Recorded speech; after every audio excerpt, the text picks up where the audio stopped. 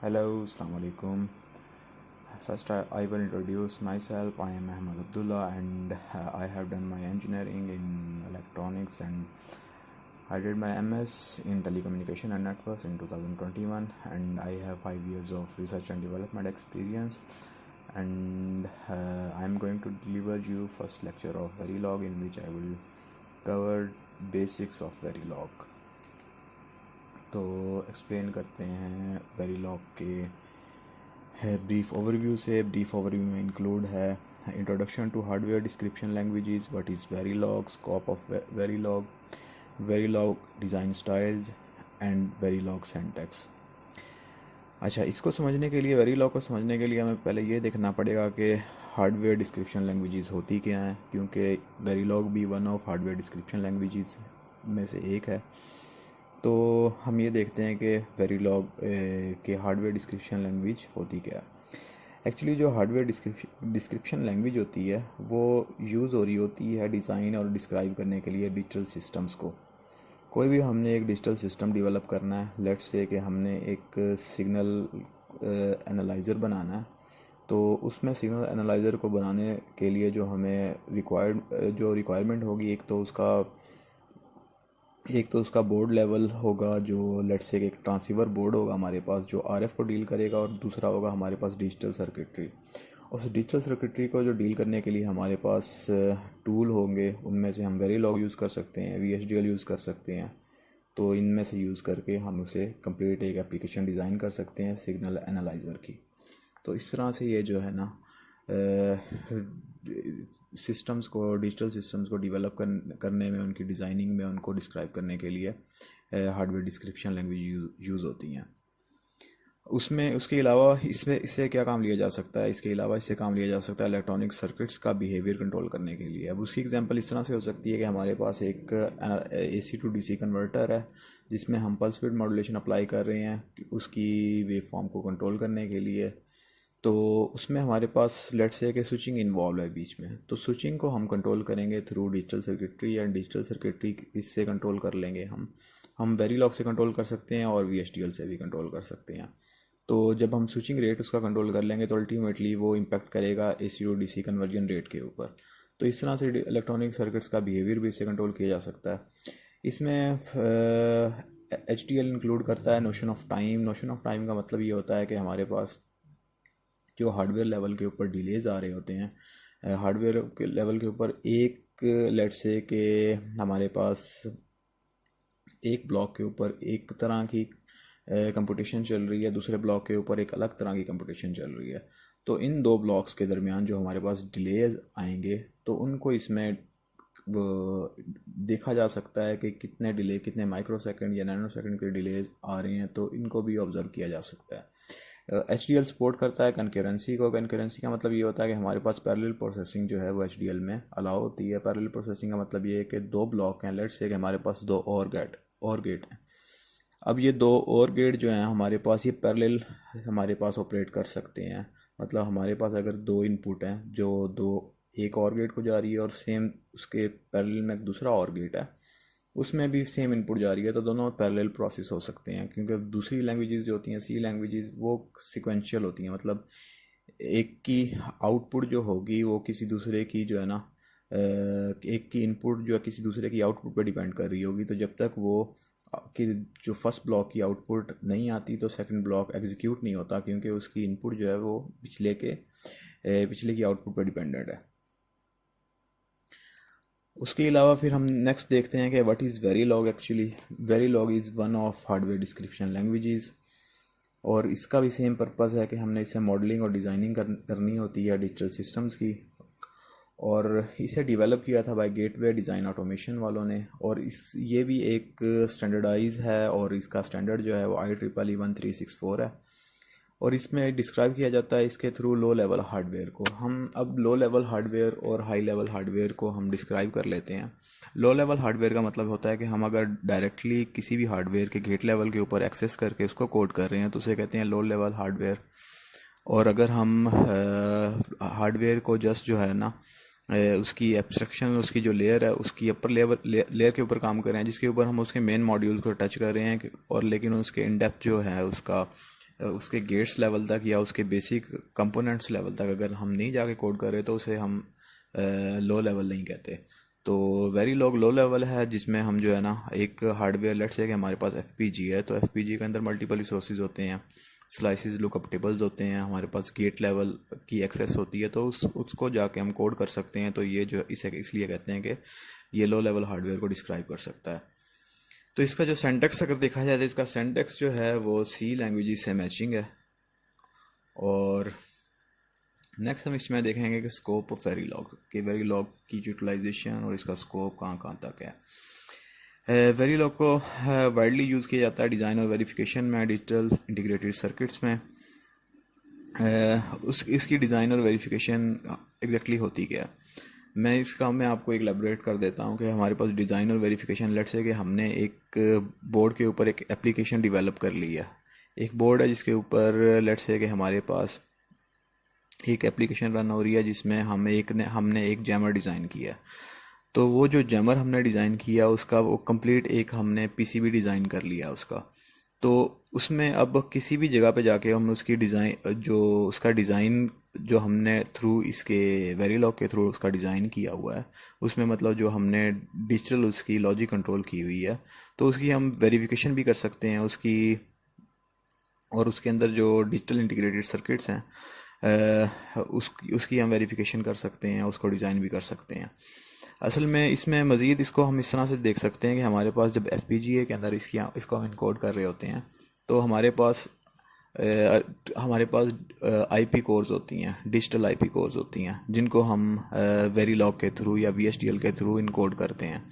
तो मतलब कोई भी हमने एक नया ब्लॉक डेवलप करना हो FPGA के अंदर हमारे पास मल्टीपल रिसोर्सेज होते हैं। तो हम इन रिसोर्सेज को FPGA के अंदर रिसोर्सेज पहले ये देखना पड़ेगा होते किस तरह के। उनके अंदर स्लाइसिस होते हैं, लुकअप टेबल्स होते हैं, रजिस्टर्स होते हैं, और कंप्लीट अगर उसकी बोर्ड की बात की जाए तो हमारे पास मल्टीप्लायर्स होते हैं, डिवीजन ब्लॉक्स होते हैं। तो इन सब को कंप्लीट इनकी यूटिलाइजेशन को हम यूज़ कर सकते हैं। हम इसके थ्रू फिर डेवलप कर सकते हैं IP course, digital IP course, जिसमें जो डिजिटल IP कोर्स होती हैं वो स्पेसिफिकली एक ब्लॉक होता है जो एक स्पेसिफिक हमारे पास कोई परफॉर्म कर रहा होता है, कोई एक्शन परफॉर्म कर रहा होता है, कोई फंक्शन परफॉर्म होता है, स्पेसिफिक फंक्शन परफॉर्म कर रहा होता है। तो उसमें हम जो है ना इसको यूज़ कर सकते हैं वेरीलॉग को। उसके की एरियाज़ ऑफ एप्लीकेशन की बात की जाए तो हमारे पास की एरियाज़ ऑफ एप्लीकेशन इसकी FPGA है, एप्लीकेशन स्पेसिफिक इंटीग्रेटेड सर्किट है, वेरिफिकेशन एंड सिमुलेशन है। तो मैं थोड़ा सा अपने पास एक्सपीरियंस के हिसाब से आपको इसकी यूटिलाइजेशन बता देता हूँ। तो मैंने इसमें काम किया हुआ है इलेक्ट्रॉनिक वॉरफेयर में। इलेक्ट्रॉनिक वॉरफेयर जो है एक रिसर्च एंड डेवलपमेंट ग्रुप में, रिसर्च एंड डेवलपमेंट डिपार्टमेंट में एक सब ग्रुप था, जिसमें हम जो मिलिट्री लेवल के ऊपर जो हमारे पास लेट्स से कि हमने मिलिट्री लेवल के ऊपर इलेक्ट्रॉनिक वॉरफेयर में हमने जो डील करना है वो ये डील करना है कि हमने रेडियोज़ की जैमिंग कैसे करनी है। कोई सिग्नल अगर किसी रेडियो से आ रहा है तो उसको ट्रायंगुलेट कैसे करना है। ट्रायंगुलेट का मतलब ये है कि हमने उसकी लोकेशन कैसे फाइंड आउट करनी है। तो ये सब चीज़ें जो है ना, और अगर कोई रेडार यूज़ कर रहा है तो रेडार की इन्फॉर्मेशन एक्सट्रैक्ट करना, तो ये सब जो है ना इलेक्ट्रॉनिक वॉरफेयर में इंक्लूड करता है और उस कैटेगरी में फॉल करता है। तो अब वेरीलॉग उसमें यूज़ हो रही थी। हमने एक जैमिंग सोल्यूशन डेवलप किया हुआ था। जैमिंग सोल्यूशन में हमारे पास एक ट्रांसीवर बोर्ड था। ट्रांसीवर बोर्ड एक्चुअली उसमें RF फ्रंट एंड इंक्लूड था। RF फ्रंट एंड कहते हैं कि जो RF का जो सर्किट बोर्ड होगा, जो हमारे पास इनकमिंग RF वेव को डील करेगा, उसको ट्रांसमिट भी कर सकता है, उसको रिसीव भी कर सकता है। तो वो एक बोर्ड था कंप्लीट, उसके ऊपर FPGA की चिप लगी हुई थी। अच्छा, उसमें अब वो बोर्ड कंप्लीट जो होता है वो उसकी जो कंट्रोलिंग होती है वो हम वेरीलॉग के थ्रू करते हैं। अब जो इनकमिंग सिग्नल है जिसको हमने रिसीव करना है, फिर उसके बाद फर्दर उसके सिग्नल को ट्रांसमिट भी करना है। तो ये कंप्लीट जो है ना कंट्रोल किसके थ्रू हो रहा था, वेरीलॉग के थ्रू कंट्रोल हो रहा था। तो इसमें अब कंप्लीट बोर्ड में हमारे पास एनालॉग डिजिटल कन्वर्जन भी आ गई है, क्योंकि हमारे पास जो सिग्नल तो एनालॉग रिसीव होता है वेव फॉर्म की शक्ल में, और उसके बाद जो है उसको ADC के बाद पास होके हमारे पास जो उसकी फर्दर प्रोसेसिंग है वो सब कुछ जो है वेरीलॉग में कंट्रोल हो रहा था। वेरीलॉग में हमने इसे इनकोड करके और उसके बाद जो है ना फाइनल जो हमारी आउटपुट थी वो भी वेरीलॉग के थ्रू कंट्रोल हो रही थी। अब आउटपुट किस तरह की हो सकती है, आउटपुट हमारे पास हो सकती है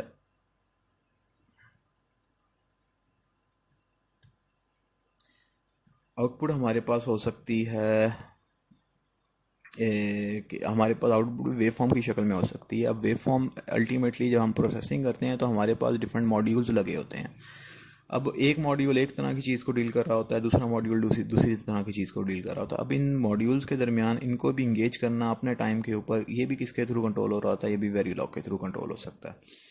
तो ये यूटिलाइजेशन हो जाएगी वेरीलॉग की, और इस तरह इसका स्कोप ये वेरीलॉग का हिस्सा। जब हमने बैचलर्स लेवल के ऊपर हमने वेरीलॉग की कोडिंग सीखी थी, तो उसमें हमारे पास जो बेसिक बोर्ड होते थे वो स्पार्टन सीरीज़ के बोर्ड थे हमारे पास, जिसमें हमारे पास एक कंप्लीट बोर्ड था, उसके ऊपर कुछ स्विचेस लगे होते थे।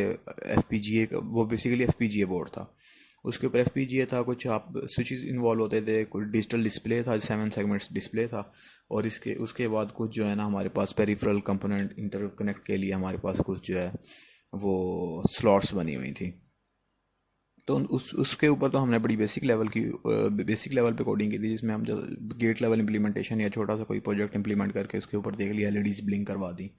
तो इस तरह की चीज़ें उसके ऊपर कर रहे थे। लेकिन इसका जो है इसकी यूटिलाइजेशन इससे काफ़ी बढ़ के हो सकती है। तो हमारे पास जो डिजिटल सिग्नल प्रोसेसिंग है उसमें हमारे पास जो आजकल ट्रांसीवर बोर्ड्स हैं उसमें इनको यूटिलाइज़ किया जाता है अपने पूरा एक कंप्लीट सिस्टम की हायरार्की डेवलप करने के लिए। उसको पूरे हार्डवेयर को कंट्रोल करने के लिए वेरिलॉग हम यूज़ कर रहे होते हैं या VHDL यूज़ कर रहे होते हैं। दोनों तकरीबन जो है ना एक ही तरह की लैंग्वेजेस हैं, और उनको हार्डवेयर को कंट्रोल करने के लिए यूज़ होती हैं, डिजिटल सिस्टम्स को कंट्रोल करने के लिए। और डिजिटल सिस्टम के अंदर स्पेसिफिकली देखा जाए तो डिजिटल हार्डवेयर को। उसके बाद वेरीलॉग के डिज़ाइन स्टाइल्स हैं। वेरीलॉग के अंदर जो डिज़ाइनिंग की जाती है, डिज़ाइनिंग का मतलब ये जो इसके अंदर कोडिंग की जाती है, वो दो तरह के बेसिक स्टाइल्स हैं। एक है बिहेवियर मॉडलिंग और दूसरे को कहते हैं स्ट्रक्चरल मॉडलिंग। बिहेवियरल मॉडलिंग जो है उसमें हम डिस्क्राइब करते हैं सिस्टम की फंक्शनैलिटी और उसका बिहेवियर से पता लग रहा है कि हमने कोई भी एक मॉड्यूल लेट से डेवलप करना है, हमने उसी मॉड्यूल की फंक्शनैलिटी बतानी है कि ये लेट से कि हमने एक बनाना है एंड गेट। मैं उस एंड गेट को बताऊंगा कि इसकी आउटपुट 1 कब होगी और इसकी आउटपुट 0 कब होगी। मैंने उसकी फंक्शनैलिटी बता देनी है। अब ये फंक्शनैलिटी किस पे डिपेंड कर रही है? ये दो इनपुट्स के ऊपर डिपेंड कर रही है। अगर 2 इनपुट लेवल एंड गेट है तो मैं ये बता दूंगा, उसके अंदर डिस्क्राइब कर दूंगा उसको कि ये इन दोनों में से जब भी दोनों इनपुट 1 होगी तो तब इसकी आउटपुट 1 होनी चाहिए, अदरवाइज इसकी आउटपुट 0 होना चाहिए। ये मैंने उसकी कंप्लीट एक फंक्शनैलिटी और उसका बिहेवियर बता दिया। अच्छा, स्ट्रक्चर लेवल मॉडलिंग में क्या होता है? स्ट्रक्चर लेवल मॉडलिंग में हम मल्टीपल मॉड्यूल्स को इंटरकनेक्ट करके एक कंप्लीट एक अपना नया मॉड्यूल डेवलप कर रहे होते हैं। अब इसमें ये इसी तरह भी हम इसे कह सकते हैं कि हार्डवेयर के ऊपर हमारे पास मल्टीपल कंपोनेंट्स होते हैं। अगर हम उन कंपोनेंट्स को जोड़ के एक अल्टीमेटली एक एप्लीकेशन डेवलप कर लें या एक न्यू मॉड्यूल डेवलप कर लें तो इसे स्ट्रक्चर लेवल मॉडलिंग कहते हैं। और एक हमारे पास थर्ड भी होती है। थर्ड क्योंकि वो इसके अंदर हम कंबाइन दोनों को कंबाइनली यूज़ कर रहे होते हैं कि बिहेवियर को भी हमने यूज़ कर लिया, स्ट्रक्चर को भी कर लिया। क्योंकि हमारे पास जो एप्लीकेशन लेवल होता है उसमें हम कोई अगर नई एप्लीकेशन डेवलप कर रहे हैं तो हमारे पास फिर हम कुछ नए मॉड्यूल्स डेवलप कर रहे होते हैं, कुछ एग्जिस्टिंग कंपोनेंट्स को यूज़ करते हुए उनको मर्ज करके एक हम स्ट्रक्चर लेवल मॉडलिंग कर रहे होते हैं। तो ये दो तरह के बेसिक स्टाइल। और तीसरा इनका मिक्स्ड होता है जिसमें हम दोनों को यूज़ करते हुए अपनी कोई भी मॉड्यूल डेवलप कर सकते हैं या अपनी एक एप्लीकेशन डेवलप कर सकते हैं। उसके बाद है वेरीलॉग। हमारे पास जो वेरीलॉग का इट्सेल्फ उसका सिंटैक्स है वो किस तरह की, उसके अंदर डाटा किस तरह का होता है। एक कोई भी लैंग्वेज होती है उसका सिंटैक्स होता है, उसकी मतलब उसकी स्टार्टिंग होगी, उसके बाद उसकी बॉडी आ जाएगी, उसके बाद उसकी बीच में लॉजिक आ जाएगी, उसके बाद उसकी एंड वाली हमारे पास एंड सिंटैक्स आ जाएगा जिसमें हम उसको ख़त्म करते हैं और उसका एंड करते हैं प्रोग्राम को। अब हमारे पास जो वेरीलॉग का अगर सिंटैक्स देखा जाए तो उसके अंदर जस्ट मैं यहाँ पे आपको ये क्लियर करना चाह रहा हूँ कि वेरीलॉग का सिंटैक्स के अंदर क्या क्या चीज़ें होंगी। उसके बाद जब हम प्रॉपर इसको स्टार्ट करेंगे तो उसमें उसकी स्टार्टिंग जो होगी वो उसकी राइट फ्रॉम वेरी स्टार्ट की, जहाँ पे हमने उसका मॉड्यूल का नेम जहाँ से हमने स्टार्ट करना होगा उसकी स्टार्टिंग वहाँ से होगी। तो मैं आपको यहाँ पे इसका सिंटैक्स के अंदर जो चीज़ें इंक्लूड हैं वो यहाँ पे गाइड कर देता हूँ, जिसमें हमारे पास मॉड्यूल डिक्लेरेशन है एंड इंस्टेंशिएशन है। अच्छा, मॉड्यूल डिक्लेरेशन का क्या मतलब है? मॉड्यूल डिक्लेरेशन का मतलब ये होता है कि कोई भी आप एक नया मॉड्यूल डेवलप करने लगे हैं। मॉड्यूल डेवलपमेंट का मतलब ये है कि कोई भी एक नया प्रोग्राम बनाने लगे हैं, वो उस प्रोग्राम को मॉड्यूल का नाम देता है। तो उस मॉड्यूल को आपने डिक्लेयर करना है, उसका नाम डिक्लेयर करना है, और उसके बाद फर्दर जो है ना, उसके इंस्टेंशिएशन का मतलब ये होता है कि उस मॉड्यूल को अगर लेट्स से कि आपने फर्दर किसी प्रोग्राम के अंदर दोबारा यूटिलाइज करना है, तो आप उसी प्रोग्राम को दोबारा लिखते नहीं हैं, आप जस्ट उस प्रोग्राम को इंस्टेंशिएट कर लेते हैं, मतलब उसकी एक कॉपी यहाँ पे यूज़ कर लेते हैं। इसको कहते हैं इंस्टेंशिएशन। उसके बाद जो डाटा टाइप्स इसके अंदर इन्वॉल्व होती हैं वो वायर डाटा टाइप्स हैं, रजिस्टर डाटा टाइप है, इंटीजर है, और इस तरह की और भी हैं। तो डाटा टाइप्स एग्जैक्टली होती क्या है वो हम देखेंगे कि वायर रेज और different data types exactly use क्यों हो रही हैं, डिफरेंट डाटा टाइप्स होती क्या हैं। डिफरेंट तरह का डाटा है तो डिफरेंट तरह की डाटा टाइप्स होंगी उस डाटा को डील करने के लिए। तो ये भी हम डिटेल से आगे देखेंगे। उसके बाद ऑपरेटर्स इसमें आ जाएंगे कि इसमें जाहिर सी बात है हमने ऑपरेशंस जब करने होंगे तो उसके लिए ऑपरेटर हमें रिक्वायर्ड होंगे। ऑपरेटर किस तरह के होंगे? लॉजिकल होंगे, अरिथमेटिक होंगे, रिलेशनल होंगे, एंड एक्स्ट्रा। उसके बाद इसके अंदर कंट्रोल स्ट्रक्चर्स आ जाएंगे। कंट्रोल स्ट्रक्चर्स में हमारे पास होंगे इफ एल्स कंडीशंस होंगी, उसके बाद केस स्ट्रक्चर्स होंगे, उसके बाद फॉर लूप्स होंगे, वाइल लूप्स होंगे, और इस तरह के सीक्वेंस स्ट्रक्चर्स भी हो सकते हैं। तो इसके ये मतलब कि एक कंप्लीट इसका सिनेरियो हो गया कि हमारे पास जब एक सेंटेक्स आएगा वेरिलॉग का, तो उसके अंदर किस किस तरह की डाटा टाइप्स जो हैं, किस किस तरह का डाटा एक्चुअली इंक्लूड हो सकता है। तो ये एक कंप्लीट डिस्क्रिप्शन है वेरिलॉग के सेंटेक्स की। अब उसके बाद जो नेक्स्ट लेक्चर होगा उसके अंदर हमने ये देखना है कि एग्जैक्टली वेरिलॉग के जब हम मॉड्यूल की नेमिंग करते हैं, उसके बाद मॉड्यूल को नेम किस तरह से करना है, मॉड्यूल को नेम करके और उसके बाद हमने कहाँ से स्टार्ट करना है, लाइब्रेरी कब इंक्लूड करनी है, डाटा टाइप्स को कब इंक्लूड करना है, डाटा टाइप्स के बाद जो हमने मेन अपना प्रोग्राम लिखना है वो किस तरह से, उसका सीक्वेंस किस तरह से बनेगा, और उसके बाद फर्दर मतलब ये आपकी बेसिक लेवल के ऊपर उसकी प्रोग्रामिंग होगी। फर्दर उसके बाद फिर लेट्स से कि आपका कोई हार्डवेयर के ऊपर आपने से इम्प्लीमेंट करना है, तो उसकी भी बीच में मैं डिटेल उसे आपको बताऊंगा कि इसमें आपने हार्डवेयर लेवल के ऊपर जब आप इसे करेंगी तो उसके बाद आप इसको हार्डवेयर लेवल की यूटिलाइजेशन के लिए आपने पिन असाइनमेंट इसकी कैसे करनी है। लेट्स से कि आपने हार्डवेयर पे यूज़ करना, तो जाहिर सी बात है हमें ये देखना पड़ता है कि इसके थ्रू हमने कौन सी पिन्स कैसे कंट्रोल करनी है। तो उसका सारा मैं आपको ओवरव्यू बताऊंगा। और उसके अलावा इसमें जो नेक्स्ट लेक्चर में हम जब कंट्रोल करेंगे इसको, तो हम ये भी देखेंगे कि जिस टूल के ऊपर हमने इसकी प्रोग्रामिंग करनी है उसके ऊपर बेसिक प्रोग्राम लिख के मैं आपको कंप्लीट एक जो है ना उसके अंदर इंक्लूड करूँ ईच एंड एवरीथिंग,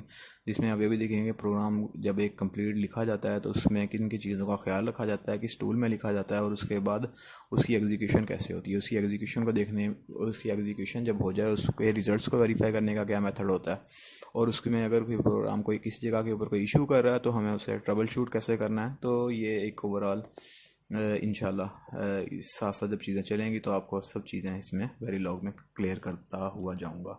तो थैंक यू। ये फर्स्ट लेक्चर।